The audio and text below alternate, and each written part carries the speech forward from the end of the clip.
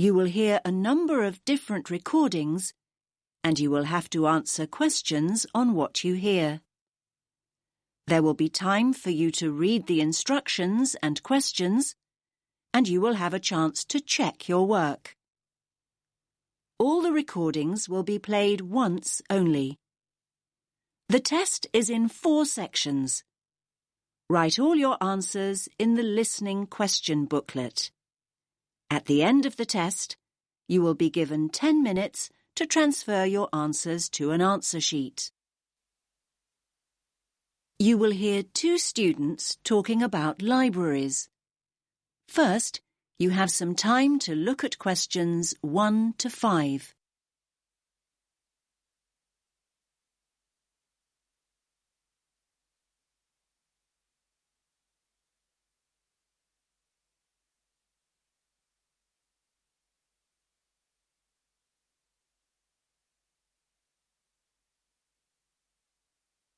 Listen carefully to the first part of the conversation and answer questions 1 to 5. Hi there, Tim. You look tired. Hi, Zara.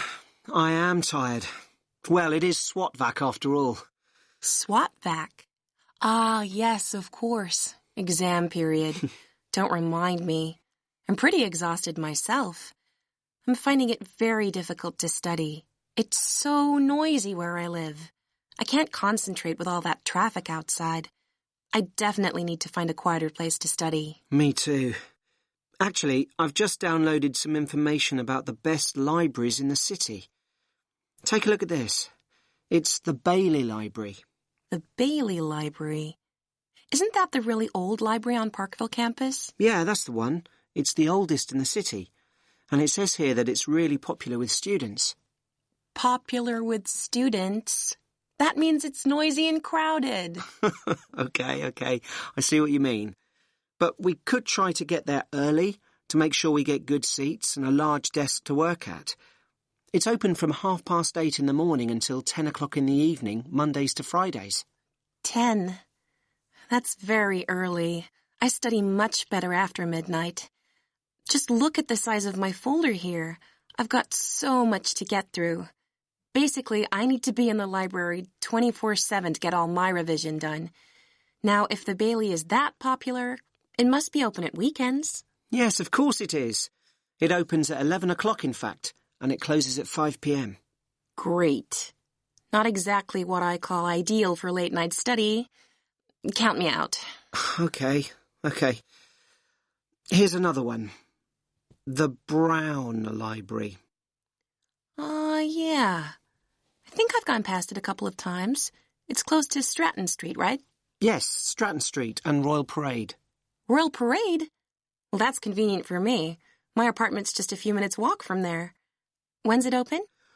Well, it says here it opens at 7 in the morning, and you'll be pleased to hear that it closes well after midnight, 2 a.m. in fact.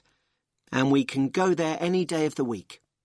That sounds ideal. Oh, wait a minute. We can't use it. It's only open to biomedical students. Biomedical students only? Great. Just when we thought we'd found the perfect place to study. Oh, wait a minute. This one sounds good. The RMIT Library. The RMIT Library? I've never heard of it. Where is it? It's on Swan Street, near the Central Bus Station. Swan Street. Ah, yes, I know where that is. It's a really long street, though. Do you have a number? Yes, number 360 Swan Street. The full address is Level 5, Building 8, 360 Swan Street. Okay. I think we'd need to get the bus there, but that's not a problem. So when's it open? It's open from 10 till midnight on weekdays. And what about weekends? 10 in the morning, but it closes at 6 o'clock on Saturdays and Sundays. But listen, it says here it has excellent computer and internet facilities. I like the sound of that. Me too. In fact, I like the sound of it so much, I think I'll take advantage of their excellent computer facilities right here and now. And how exactly are you going to do that? Your laptop isn't working. I know. So can I borrow yours? Now you have some time to look at questions 6 to 10.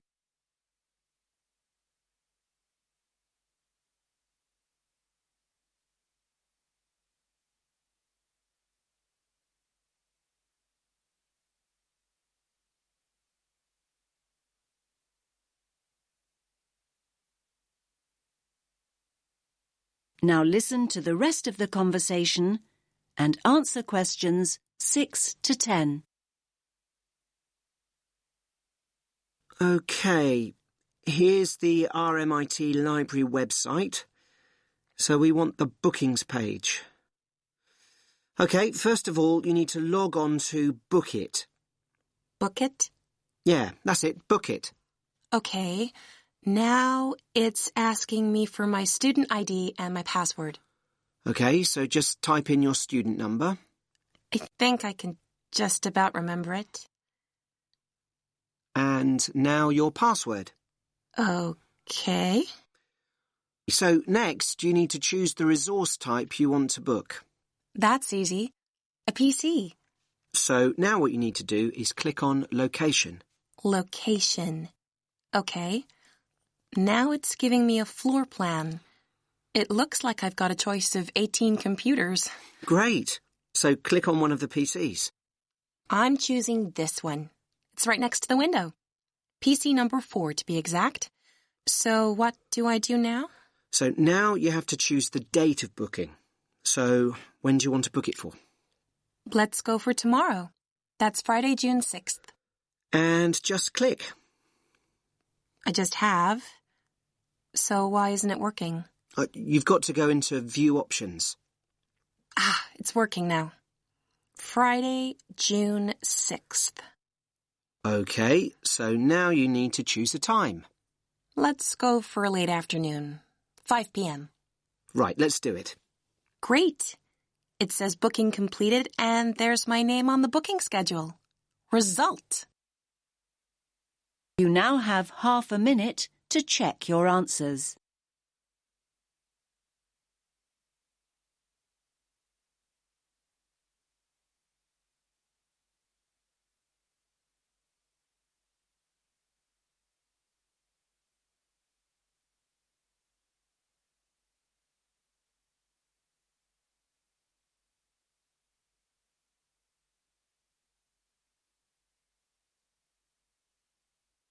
You will hear a guide talking about a tourist programme. First, you have some time to look at questions 11 to 14.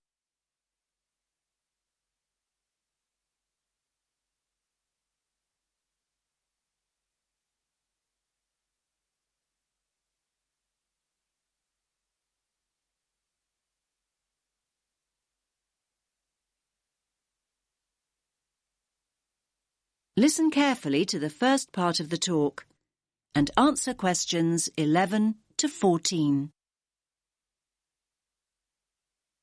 Welcome to all of you. Can everyone see me and hear me? Good. My name's Kathy, and I'm here to tell you about the special programme of events going on here at the Royal Observatory. Yes, it's Doors Open Day here in Edinburgh, and we're delighted that you have chosen to make this very special building part of your own Open Doors Day experience. Now, I'll make a start with giving you some background information about the Doors Open event. Doors Open takes place every year in September, and the observatory is one of the many buildings, 112 of them in fact, that open their doors to visitors for one weekend. And yes, there's absolutely no charge. It's all completely free. The observatory has been involved in this event for more than 20 years. And every year, we attract more and more visitors, like you, who want to find out more about great buildings in the city. And hopefully, you'll leave with a better understanding of the universe too. OK, now let's run through today's programme of events. There are many activities to choose from, so make sure you make the most of your visit. Now, there will be planetarium shows throughout the day. Now, these will run 4 times, both today and tomorrow, Sunday. These are popular, so please note that we're operating a booking system for these shows. Tickets for the 2 shows we're running this morning, the first showing at 10:30 and the second at 11:30, will be available on a first-come, first-served basis here at the information point. Tickets for the 2 afternoon shows at 2 p.m. and then at 3 p.m. will be released later on at midday. So booking is essential as spaces go very quickly. Now you have some time to look at questions 15 to 20.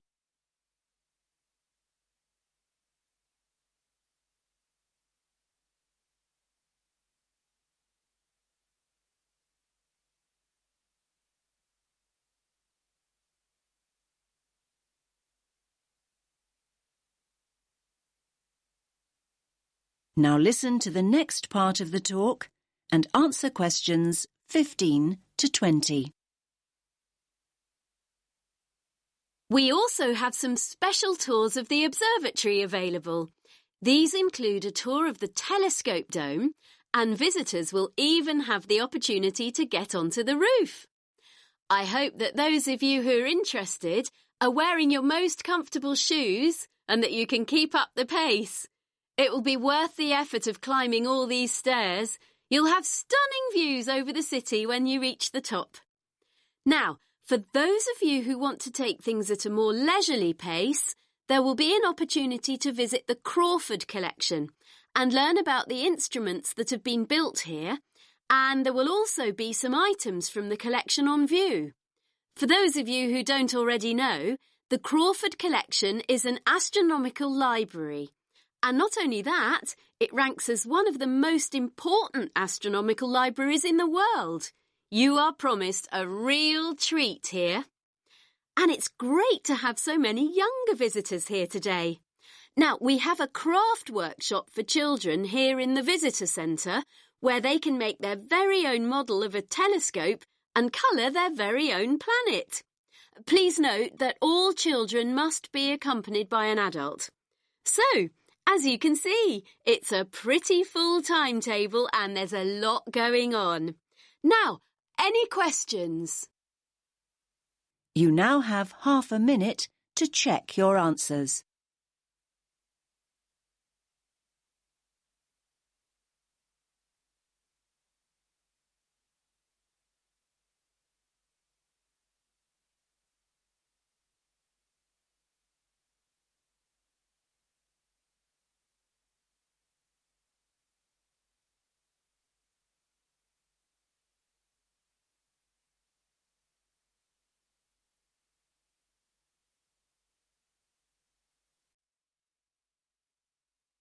You will hear 3 students discussing the issue of waste deposited in space. First, you have some time to look at questions 21 to 23.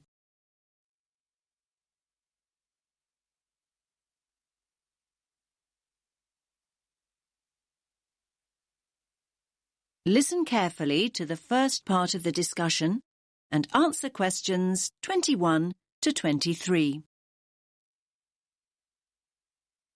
Hey, did you manage to go to the talk by Dr. Chadwick this morning, Andy? I was there. What happened to you, Sam? My bike had a puncture. Seriously. Anyway, Ruth, I bet you took some notes. Can you fill me in? Sure. It was all about space junk. Really interesting, actually. I mean, I knew about how much rubbish humans are dumping here on planet Earth, but I had no idea how much junk there is flying around in space. Did you know that there are literally millions of pieces of rubbish orbiting the Earth as we speak? Not until now, I didn't. They reckon that around 100 tons of very small objects, like mainly dust, drops on Earth every single day. Yes, that's what she said. I thought space junk was all man-made.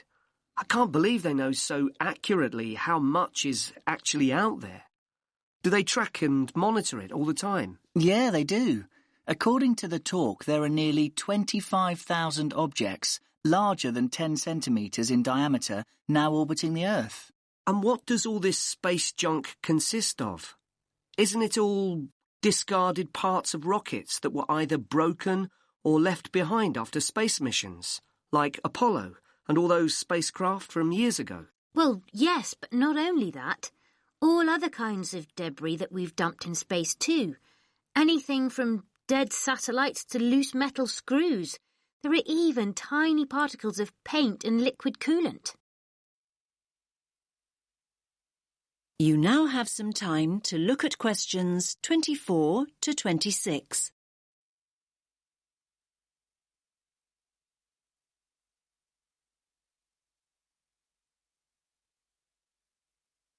Now listen to the next part of the discussion and answer questions 24 to 26.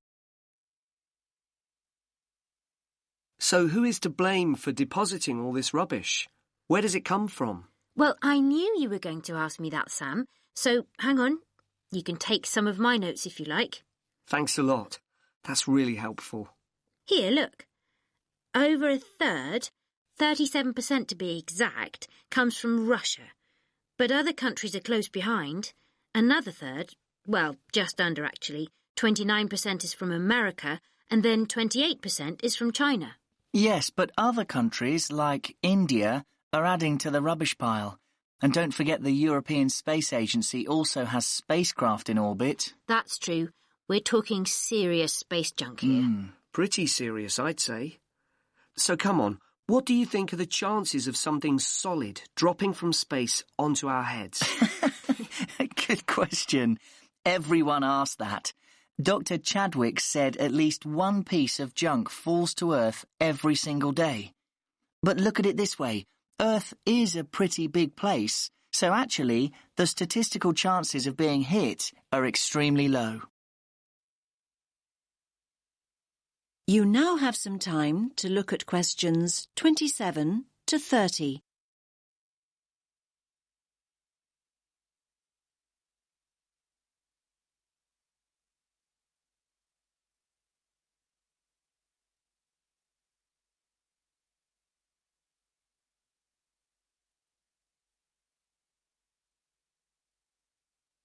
Now listen to the rest of the discussion and answer questions 27 to 30. So are you saying I'm more likely to win the lottery? Well, just think about it. 2/3 of the Earth is ocean. That's true.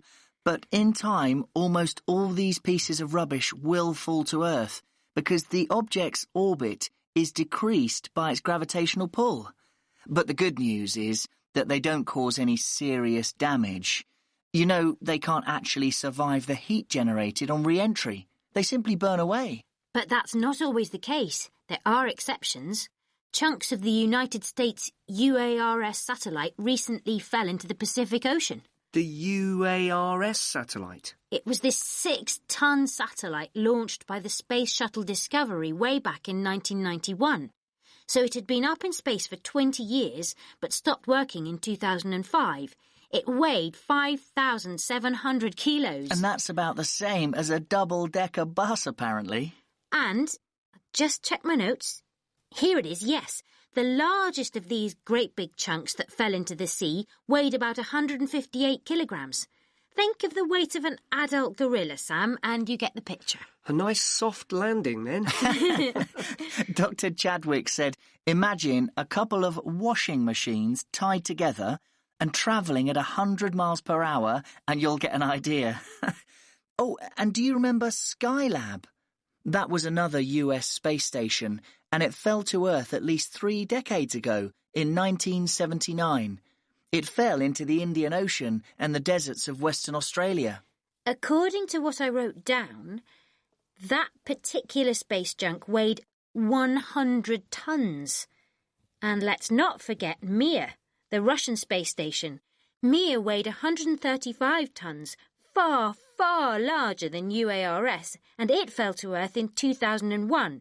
It plunged straight into the South Pacific. All very interesting. Listen, I've got some junk of my own to sort out. My bike.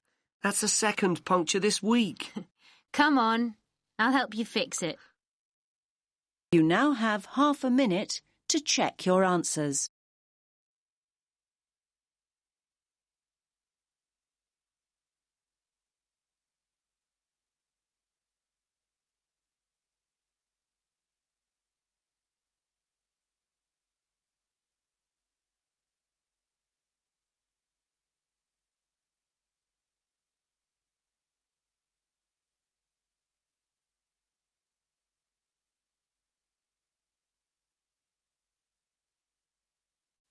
You will hear a woman talking about retail psychology.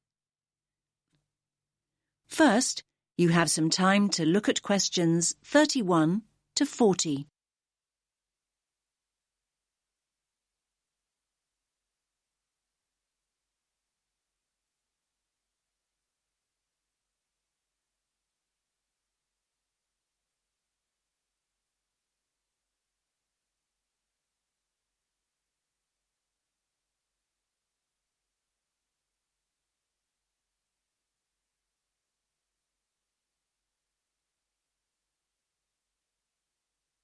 Listen carefully to the talk and answer questions 31 to 40.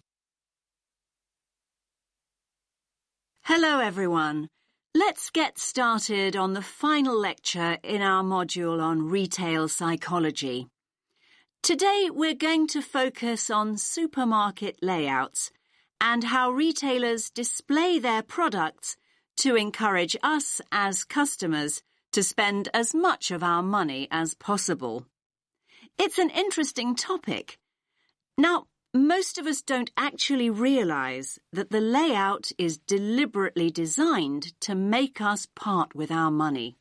But in fact, millions of pounds are spent on research into the psychology of shoppers and what motivates us to buy. So, let's have a look at an actual supermarket layout. Now, here's the entrance to the store, just here. This area immediately around the entrance is what retailers refer to as the decompression zone or the dead zone. This is where the customers recover from the environment outside. And by that I mean this is where they adjust. For example, the place where they might put their keys in their pockets or take off their sunglasses, these kinds of things. So, what do you notice about this area? It's very empty, isn't it? Yes, it's pretty much clear of stock altogether. This area is not designed or used to sell us anything. Basically, the supermarkets never put any merchandise here because they know that no one's ready to buy yet. However, the retailers want their customers to feel comfortable. If they're in a relaxed state of mind, they're much more likely to stay longer and spend money. Now, let's look back at the entrance again. Now, it's interesting, but we know that 3/4 of us look right, not left, when we go into a supermarket. So, 75% of people.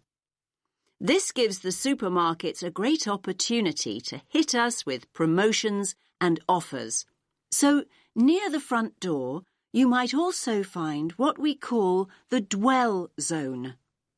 The dwell zone is the area on the right-hand side by the front door where you are encouraged to relax and browse. You will usually find newspapers and flowers here to help you do exactly that. Moving on from the dwell zone, we come to the power aisle. Basically, it's the main route customers return to after venturing into nearby aisles. And so this is the area of the supermarket where the strongest offers are displayed. So, you might see a sign that reads barbecue time, and you'll see all the items you could possibly need for a barbecue.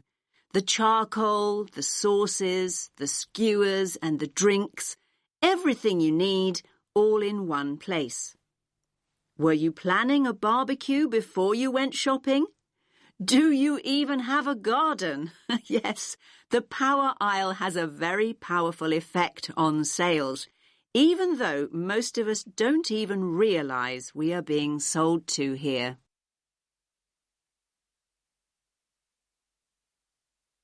Now, let's think about fruit and vegetables for a moment. They're always located towards the front. Now, why do you think this is? Yes, fruit and vegetables are always at the front because it gives the supermarket a healthy image. And let's think back to flowers and newspapers. We talked about both these items earlier. And yes, they're displayed near the front on the right. Now, they're known as distress goods. Why's that? Well, these are the goods that we often buy in a hurry or on impulse. In other words, these are the items we didn't actually intend to buy at all. But the supermarkets want us to put them in our trolleys even before we start our proper shopping. Now, what about everyday items like bread or milk or cereals? They're always placed right at the back of the supermarket. Yes, in this area here. Again, this is a deliberate strategy by the supermarkets. Basically, they want us to walk through the whole store to get them in the hope we will buy other things on the way. That's why items like these are often called destination goods. Now, where products are placed on the shelves makes a real difference. We read shelves a bit like we read a book. Our eyes go from left to right. And they want you to focus on the more expensive items, so they place them at eye level. It's often quite hard to spot items like cheap tinned food. Why is that? Well, they're normally placed very low on the shelves. Basically, the supermarkets don't want the cheapest products to be the ones you see first. Finally, let's have a look at the checkout area here. Now, we all know that sweets are deliberately placed within the reach of children at the checkout. But all kinds of things are displayed at checkouts these days. In fact, supermarkets can change what's on offer almost by the hour. It's a quick and easy way for them to rotate their stock.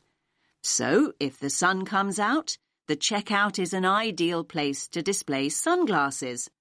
And if it rains, umbrellas can be placed there instead. Now, does anyone have any questions? You now have half a minute to check your answers.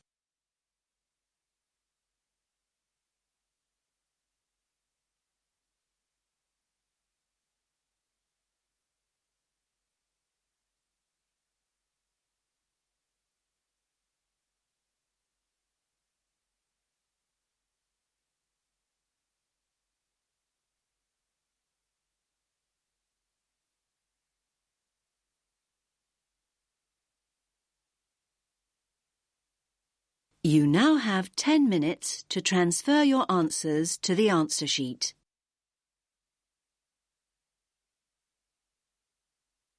That is the end of Test 2.